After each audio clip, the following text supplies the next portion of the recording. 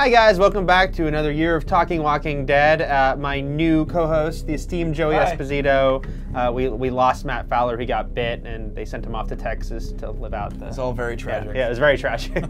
But we're back. The new season began, season 3, with the episode Seed. What'd you think, Joey?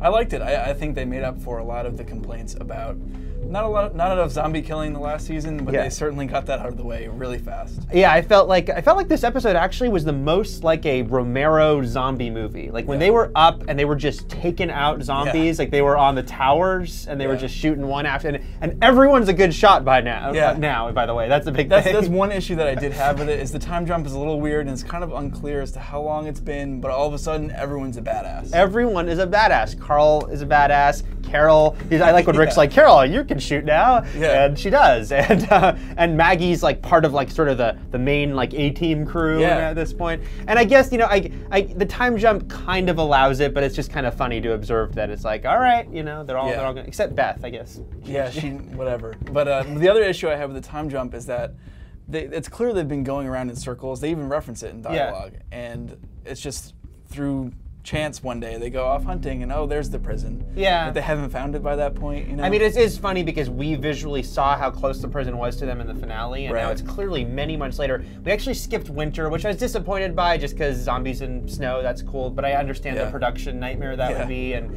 they can't really do that. It does allow for, also Carl, they have a kid on the show, and they kind of have to allow for him aging, so here we do with the age jump, with the time jump. But anyway, I thought the episode was, very strong overall, lots of exciting stuff, and definitely we saw the sort of more assertive Rick, from the end of last year. Yeah, I mean, he's scarier now.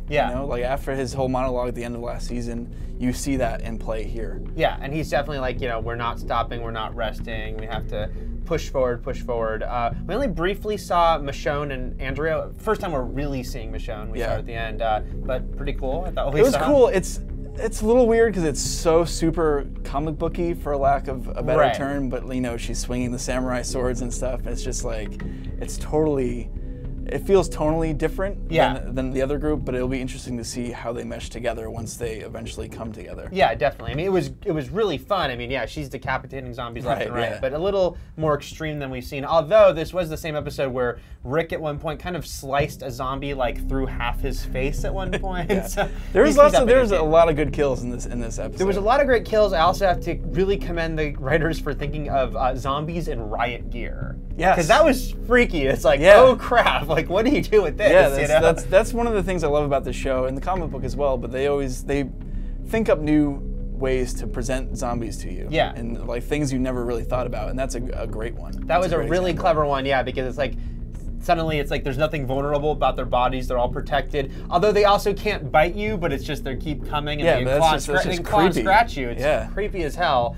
And certainly, the whole getting into the prison was very exciting, and how they just kept coming more and more. I really like that part where they were on, they had to go through the 2 fences, and they're just kind of surrounded. Yeah, I gotta say, Maggie, she was a favorite of mine last season, but she was relegated to more of like crying a lot and things like that. But here she's just totally unchained and just stabbing dudes everywhere. She is stabbing dudes, and didn't she have a great part where she's like, did you see that? After she stabbed the one. She was really excited. And it was actually a great character beat, because we're watching at home going, wow, that was awesome. So I do like when a character actually kind of steps out of themselves.